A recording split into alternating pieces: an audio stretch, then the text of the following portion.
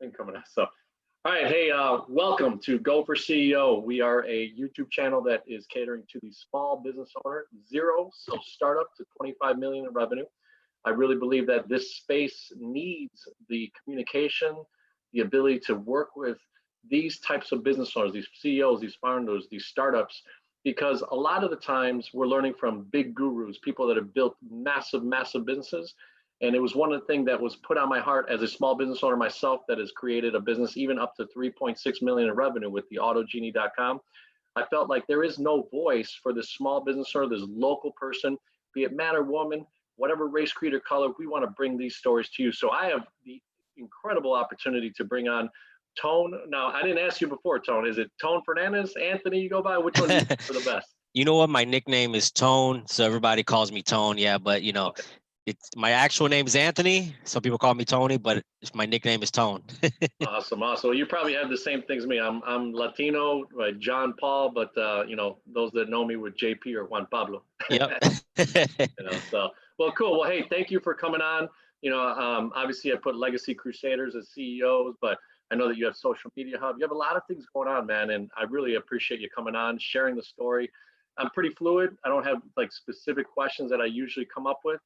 Certainly want to start off with your story initially, kind of what you're doing right now, but where you come from. And we off camera talked a little bit about your 1-year-old daughter turning 1 year in a couple days. So exciting, and congrats on that. But tell us a little bit about you, what you're doing in the Chicagoland area. Yeah, absolutely. So I grew up on the northwest side of Chicago. During a time where there was rough upbringings, rough, just a lot of gang, a lot of different things. But I was lucky because at an early age, at 18, I ended up getting a job in sales. I got a job at Sprint, and when I started working at Sprint, I fell in love with sales, and it ended up, getting me a job, landing me a job with corporate Verizon Wireless. So I spent, most of my career, 10. Can you hear me? Yep. Oh, sorry. 10 years with Verizon Wireless, as a Oh, wow. manager, and as different things inside of Verizon. I always had side projects, always was ambitious, but in 2015, I ended up making a transition from Verizon to State Farm, and I met a mentor who kind of ignited the whole entrepreneurial spirit in me. So I decided to just really focus on building a business online. So I went about it, started learning, started growing. And what ended up happening is I started building my Legacy Crusade business. Did really well in that business for the first 2-3 years, and then I ended up becoming the go-to person, for social media tips.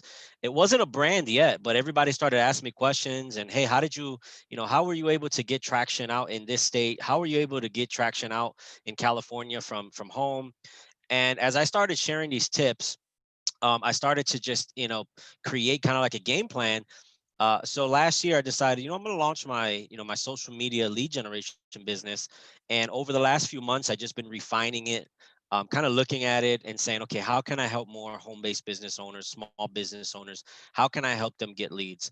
That's my whole goal. So I kind of honed it down to, a niche within a niche within a niche, so to speak, where I just want to specifically help people, generate leads using social media. And then that's how Social Lead Hub was created. Awesome.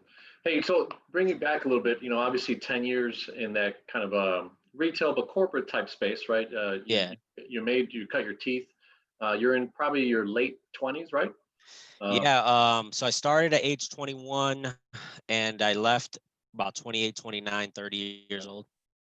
Similar thing. I had it in a business sense. Nextel Business at 3 retail stores that we started in the mid 90s. Oh, wow. And it's kind of crazy, right? I'm dating myself a little bit, but selling pagers and accessories and all these things. And I remember that, it's such a fun environment because you meet so many different people, right? So many different races, so many types of people.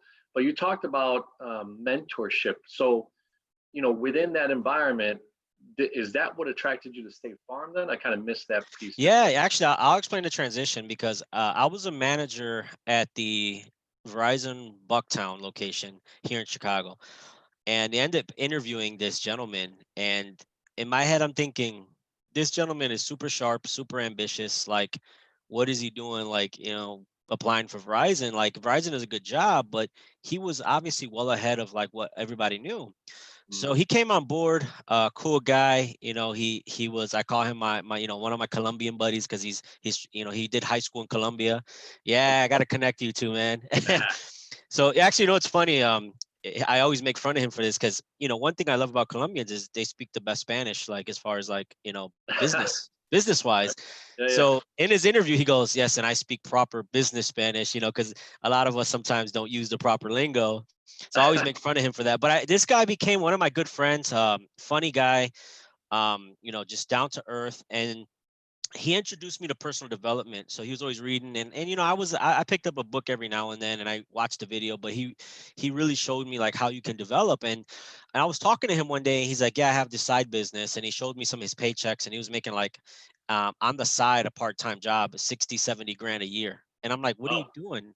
And then he told me, he's like, "I'll be honest with you, Tony. The reason I'm here at here at Verizon is because I'm opening up a State Farm insurance, me and my wife, and she's about to transition out of her role as an agent at State Farm. And I just need some health coverage, just need to come here, make a few extra bucks, and we can have some more capital." Long story short, me and him stood connected. Me and him did business projects together. But when he made that transition and opened up his State Farm, I knew I wanted to follow him there. I knew I was taking a pay cut. I knew that I'll be working mainly for commission, but I Mm. think that experience of getting close to him during a time where he's building a State Farm office was like, I can't take that time back in my life. So what I would learn was more valuable than anything. So I took that leap of faith and I said, you know what, I'm going. And I left Verizon, went to State Farm January 2015. And I learned so much from that experience and that transition. Wow. Well, and you hit on a point that I think based on some of the things that you were reading, right, and the relationship that you had with this guy, when you saw that vision of being able to work together, you kind of were ahead of the curve, right? Instead, in the sense that you're following someone that you really cherish and admire, but you're also learning a lot of stuff from them. So that's really interesting. One of the things with Go for CEO is we're trying to teach the four mindsets of just owning your own even position, right? You were a manager. Sounds like you were really owning that store, right? You ran it like it was your business. When you hired people, you tried to find the right people to be in your team. So, take me to now. You go into an understudy kind of a role in the State Farm area. I have a similar background. I was in the agency pool in 2004 ish around there. So we were a lot of things that definitely off camera we'll have a drink on. But so let's fast forward a little bit. You've got 10 years of good retail and management experience. You meet a guy that, man, you really connect with. You start doing some things outside of the mindset that maybe you grew up in the neighborhood, and God bless our parents, maybe they weren't able to teach you all these success principles. Okay. So when do you go, all right, now it's my time to go from understudy, call it an apprentice, to being the man? Well, it took me about 10, 11 months where, and what cultivated that was I'm working at State Farm and I'm literally doing, 3 to 500 cold calls a day. I'm getting hung up on, but I started figuring out like there's a science to this. You Mhm. just massively reach out to people and something's going to come through. And what ended up happening was I started doing these calls, and each call was like, okay, what can I say at the beginning to capture their attention from hanging up? What can I do this? What can and so each call was a development for me of how can I psychologically get a result from this, because these were cold calls. Mhm. And as time progressed, I started having consistent income, and I got the I got the confidence. It built confidence in me to say, you know what, Tone, this experience was great, but I think I want to move on to kind of doing my own thing, because I was only getting older and I wanted to start before I was 30. And, I wanted to have that time of where, that first 2, 3 years of business, you're struggling, you're getting it off the ground. I need to get that out the way. So when that 10 months came, I crossed that 10 months. I said, you know what? It's time to make that decision. And I told them, hey, and I was actually going to move to Florida because the projects that I was working at different projects at the time, They were really hot out there. So I was thinking about just packing up and moving to Florida. But I never did that. I ended up staying here, and I said, okay, let me build my business here in Chicago. And that's what made the transition. It was just seeing that I can do it without having a job to pay me. Because when you have a salary, yes, everything's easy. You know that hourly or that salary is coming in. But when everything relies on commission and everything relies on you, it's like, okay, if I can do this, then I know I have the ability to grow my own business. And that was the transitional period right there that just built that confidence for me. Wow. And you went really from having a branch, salary manager wise to zero. Yep. Um, you then created some formulas, 300 to 500 contacts a day. I mean, that's brutal sometimes, right? Uh, Learning that side of things and really going through it. There is a sick, twisted piece of me that I love that cold call side because Yeah. you get to like meet someone new and people don't realize like there's such a exhilarating feeling to call someone, connect with them, and then all of a sudden be on the phone for 5, 10 minutes with someone sometimes, and you're like, wow, did I just actually call someone I didn't know from Adam? Talked about two or three different things and connected with them. Wow, that's pretty awesome, man. So tell me, you had a few different projects. That looks like you've always been kind of fixating on like, hey, all right, maybe this is going to work. You've got this main thing going on. You got some other things. So you like to commingle some of the activities that you're doing. So what led to now? I've seen you on social. We've kind of been following each other on LinkedIn. We got some mutual friends with Jay and Maestro and some other people. Um, and obviously, I think I don't know exactly. So like, what is your main play right now, and what do you make? How are you focusing in now to kind of maybe break through the next limits? Because you've obviously gotten to a level where you're self-sustaining, but what is the next level for you? So for me, I mean, I have two businesses: the Legacy Crusade, which is financial group. The next level for me is we have agents nationwide. My girlfriend and I, who we have a good steady income off of. But the next limit from there is multiplying that. When it came to that business, I think one of the good and the good is you do make override, but the bad is I got comfortable. It's called the great seduction when you start making big money and in a short period of time. And I'm not saying I'm wealthy, but what I was saying is, hey, you make a $2,000 check and then you kind of lay off. So what we want to do there is build a bigger army, obviously. And then as far as my other business, social media, how I'm bringing them together is as I meet individuals who are ambitious, I just ask them a simple question. Hey, what are you looking to do? And usually they'll tell me, I'm looking to start a business. And if they already have an idea, then I just coach them on social media. And if they don't have an idea, then I can help them out with the financial services side. I say, hey, here's a way to start off so where you can learn the basics. So my goal on the financial side is build it as big as possible and really focus on that. And then on the social media side is I what I do there is I have memberships, so I sell memberships to a platform that provides a lot of training that I provides a lot of insight, provides a lot of coaching. So my goal is to get that as big as possible. So it's just building that distribution. Honestly, I think any business, you want to build as much distribution as possible. And right now, because of the last 3 years, what I saw went well and what I saw didn't.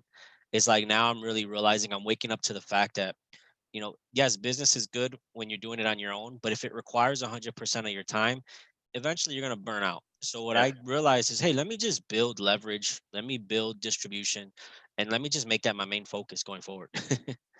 nice. So how much content would you say that you have? How many hours would you say you have on your member? So I have a partnership with, um, in my own, I have over, I want to say a few thousand hours of my own, but I Wow. have a pool of content that I borrow from other leaders in home-based business. So if we find that there's a leader who's doing a specific social media tactic that's killing it, well, he's joining our webinar. We're recording that, and that's a training that we can provide.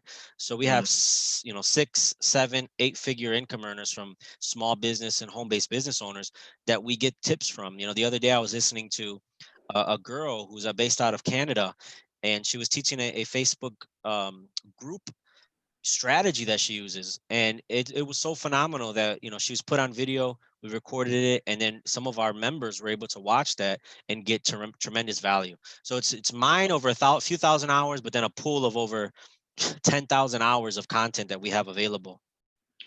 So you said a couple neat things, right? Ultimately, there's a lot of us that are entrepreneurial, but maybe in things that are kind of an individual side of a mindset, right? So you could be a doctor that's phenomenal, but if you ever break your hands or get in a bad accident, your income stops. Obviously there's workers' comp and some things that you could probably help yourself with, disability insurance and all those good things, but a lot of people aren't thinking that. So one of the things is to really go for CEO. So in this mindset, it seems like collaboration is a big deal for you.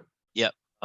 Putting in the right steps, right? So that when people join your membership, you could also be able to give them good content and build on that content. And then also probably ask a collaboration within the actual group itself. Is that true?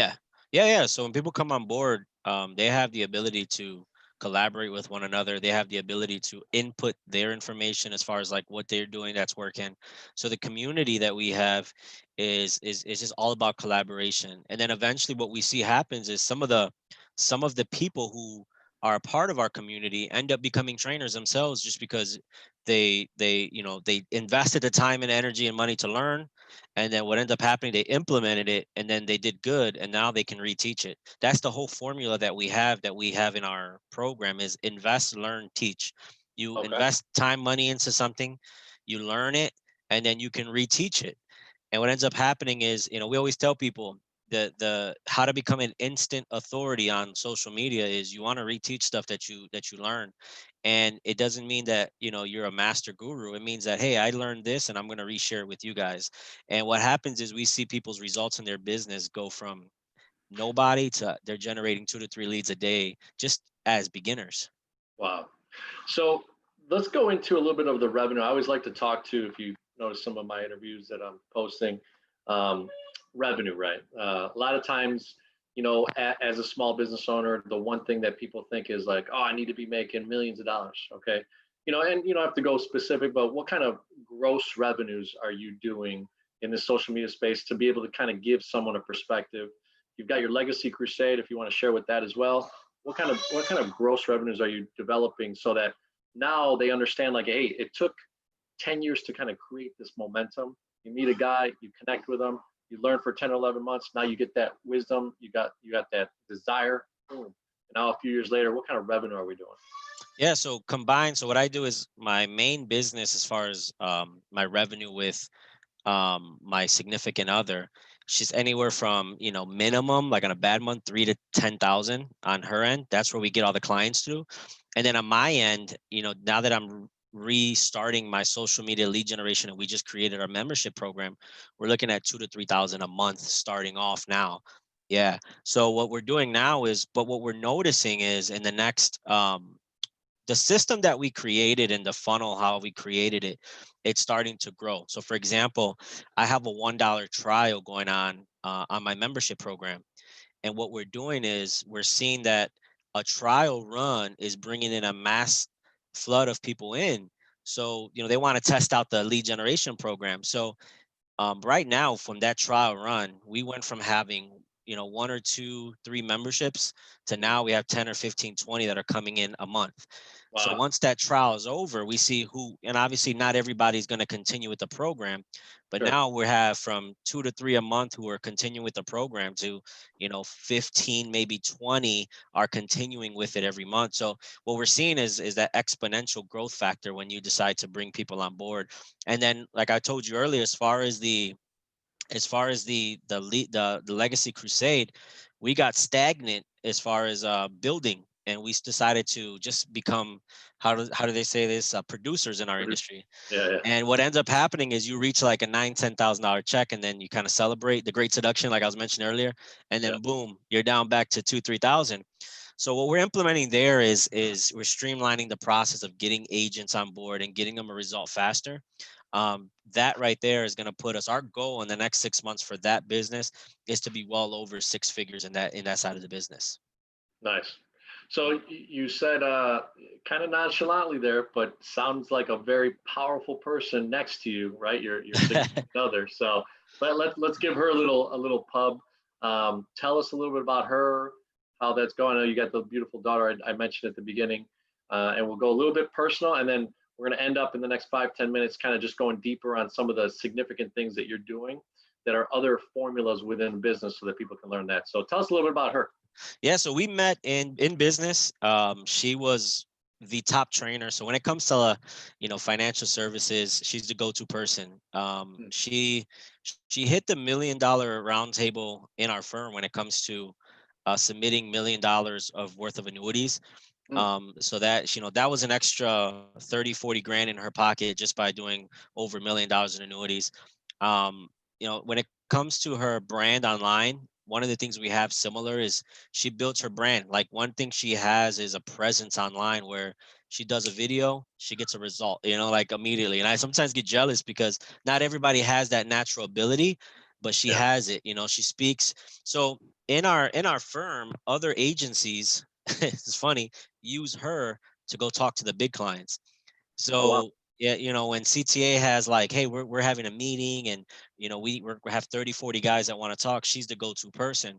Mm, So for her, when it comes to business, man, she's a beast. And my strengths were her weaknesses, and then her strengths are my weaknesses. So I'll be honest with you, because I'm a action oriented, I love marketing.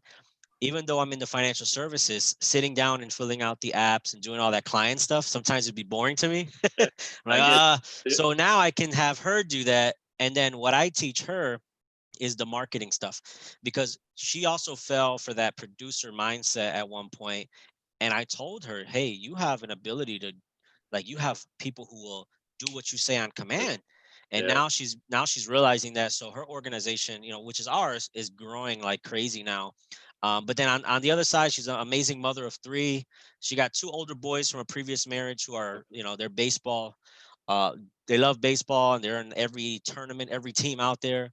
And then we have our baby Leilani, who's about to turn 1. So she's an amazing mother. But yeah, we complement each other in so many different ways. Wow. Wow. But and I know that we have a mutual friend in Matt Sapala, right? Oh And yeah, yeah. Sheena. So I'm sure that being around them probably has showcased a similar type of couple than what you're exactly Yeah. showing. Yeah, So you guys, she was Sheena's right-hand trainer. She still is for everything. She was there from the beginning. When they all the stuff they've done since the beginning with with their company, she's been there the whole time, and she was the first certified trainer of their team. wow, wow, amazing. Yeah. Yeah, no, it's incredible. So tell me, you talked about some of the ways that you're kind of putting in the membership platform, right? And when we talk about revenue, a lot of people start thinking like, hey, how do I scale it faster? What do I do? Is there a break point of how much money I can put into marketing, right? But if you put in $1 and it brings 30 cents back, and if you put in $3 and it brings in $2, then there is no stop, right? There's no actual budget. If you agree with me or not, tell me if Yeah. I'm wrong. But so what would you suggest to someone that says, hey, you know what, Tone, I've got 500 bucks. I want to start something. Maybe I'm an artist, maybe I'm a whoever, right? I want to be a CEO of my own life. I want to be able to do a side business, and they have 500 bucks to start with, or maybe even a couple $100 a month to really dedicate to marketing. What would be an approach for them to take to be able to go into that side? Well, before you do anything, invest in an ad, invest in things like that, because people think that that's their number one step. That's actually not your number one step to do. Okay. Your number one step would be, how do I learn to be attractive on social media organically first? So I would invest in courses, I would invest in mentorship of how to show up on social media daily. Because what ends up happening is we see people who go for the ads first, but they don't know anything. So a few things happen. They get screwed over by an ad agency.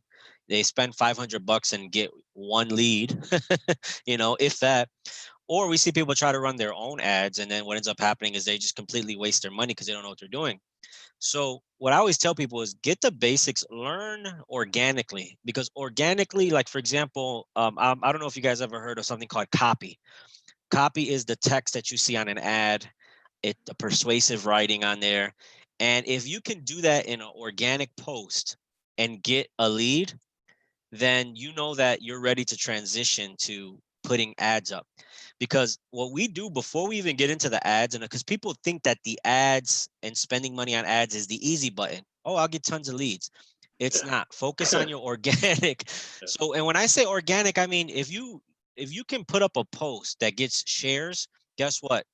Those shares are now on a whole new networks page. Now, and I'll give you an example. One time I put a post up, a video, very it was very purposeful video about retirement, about this, that. A gentleman that I met at a Grant Cardone event ended up sharing my video. His cousin ended up reaching out to me and we became friends. She ended up watching another video of mine and became a client of mine. That was a Wow. rollover of 50, 60 grand.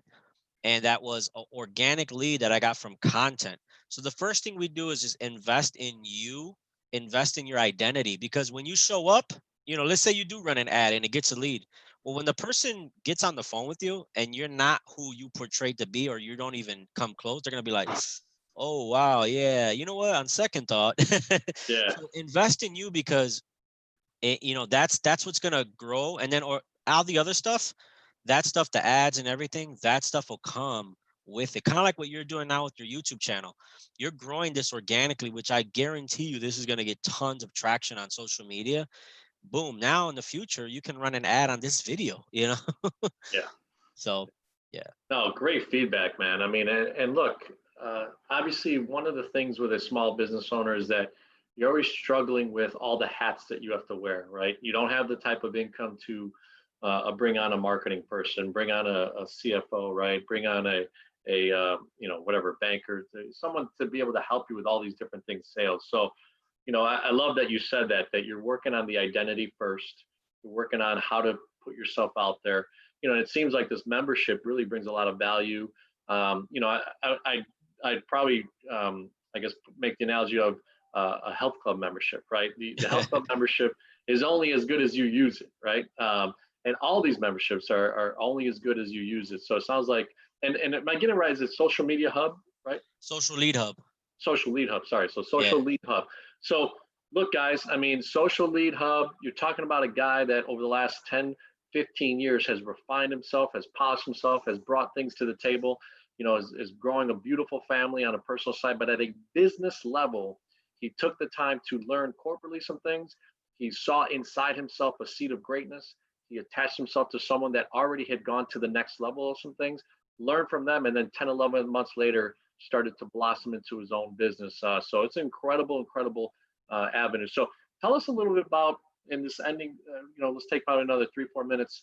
Tell us a little bit about kind of where, not only that you're going, because you kind of shared that, but where you believe you can bring the most impact if someone says to you, hey, I want to be a part of your network, I want to be a part of your membership, and how can I, maybe on a daily or weekly basis, do something to impact the whole group? Yeah. So how we impact people is it's in a holistic approach. And when it comes to them personally, I know we have the financial side and we have all this other stuff, but it's with them specifically. The first thing we do is work on their mindset, going into the deep abyss of their mind and figuring out why are you not getting results. I've been there myself. I've had situations where there was mental blocks. So the first thing we do is eliminate those mental blocks, because a lot of us have limiting beliefs that have been there since childhood. So we go through those sessions where basically we teach you how to overcome those limiting beliefs, because I can teach you all the social media strategies, but if you can't get past the limiting belief, you're going to have negative self-talk. Man, you know what? That can't be me on stage. That can't be me generating $20,000 a month, 30,000 a month. And what happens is all the information I give you is not going to do anything. So we basically go with that. The second thing is DMO. I always talk about this. This is the number one thing, is we teach people how to have a daily method of operation, just because when you're transitioning from a job to business, your job tells you hour by hour what to do, and you almost don't have to think about it. You're just like, oh, you want me to do this? Oh, you want me to do that? But when you're in business, there's so many things that can distract you, especially if you're working from home or small business. You got Facebook here, you got this there. So the number one thing for successful people, as we teach you, is we're almost like there every day, coaching them side by side. How was your day yesterday? Okay, how did your audience grow? And what we do is we work with them in 3 phases. The first one is, building an audience. Once you build an audience, that we can numerically see how big your audience is growing. And the reason why we do that is there's 2 ways. The content you put out there is attracting the right audience. And then number 2 is, you're out there adding people in your target market. So we teach people how to build. For example, this video is going to be on YouTube. If I were coaching you, I would say, hey, let's look at the subscribers from the point where you made that decision to say, yes, I'm going to start growing my YouTube channel, to now, okay, let's incrementally grow that. The second one is engage. Engaging with your audience could mean going on Facebook groups. It could be posting content. It can be, commenting on people's posts. How to properly show up and engage on social media. And when it comes to the content, we teach you how to post stuff that creates curiosity, that adds value, that's lifestyle, and that gets people interested in what you have to offer, instead of pitch all day. And then we teach you how to sell. What is your mechanism of selling? Is it jumping on a phone call? Is it face to face? Do you have maybe a product, like a physical product that you have people buy online and ships to them, or do you get on a Zoom? And honestly, I'll be transparent with you right now, because this is something that I learned in the last several months. One of my biggest weaknesses, I knew how to build an audience. I knew how to I know how to engage, and I was continuously doing that. But my sell, and I don't mean the sales language and closing, it was my mechanism. I was hoping that people would click on these links and sign up. But over the last few months, the reason why we're seeing traction is I said, let's book an appointment. Let's get you on a Zoom. And what happens is my calendar went from maybe 2 or 3 appointments with people about social media lead gen to about, 5 to 10 a week now. And now that's going from 10 to 15. And it was these calls here. So all we do is get the mindset, get the DMO, and we teach them build, engage, sell. And then we revamp that process with them to get them to where they're going. And then if they're in the group and they want to contribute, we have a process where they can become a trainer, they can become a leader. As long as they're growing and we see the results, they have the opportunity to share within our private Facebook group, or jump, sometimes we even have random people host a call, hey, we're hosting our wake up call, tomorrow morning. Are you ready? Absolutely. Nice, man. And what I caught on that, and things are, gentlemen and ladies, things are caught, not taught. Call to action, man. I love what Tone just said there. Call to action, BES, right? And then DMO. Sometimes we use all these acronyms, but it really is a great way to kind of get in your mind, all right, hey, I got a DMO this one, I got a BES this one, I got a call to action, right? So awesome, man. Hey, thank you so much, obviously, for taking the time. The Go for CEO channel. I want to have you on again, because I think sometimes, 30, 45 minutes. I want to have, what I'd love to do is, and what I'm doing with some of the ones that I've already done interviews, is 6 months to a year later, I want to see where they're at then. Yeah. I think one of the things that we're going to do at the Go for CEO brand is really kind of, show that story, right? So yeah. Startup, I did an interview with Desmond Clark, who's a former Chicago Bear tight end, and he's in the insurance business as well. It's called Insurance People, but it's funny, to see his journey and the beginning parts that we did. We keep these at 30, 45 minutes, and then I want to have you on 3 to 6 months later and find out where you're at again. So hopefully it creates a culture of, wow, following someone's journey. Because I think it's a little bit harder for us to relate to at the common man level, common woman level.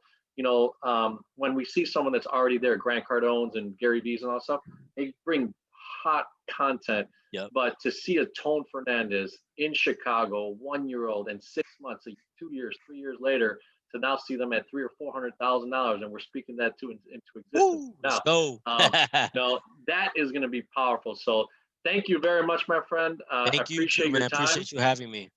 Definitely. And I will get this edited, get it going, and then get it out to everybody as well. So thank you. All right, brother. You have a good one. All right, Tone. Take care. Bye-bye.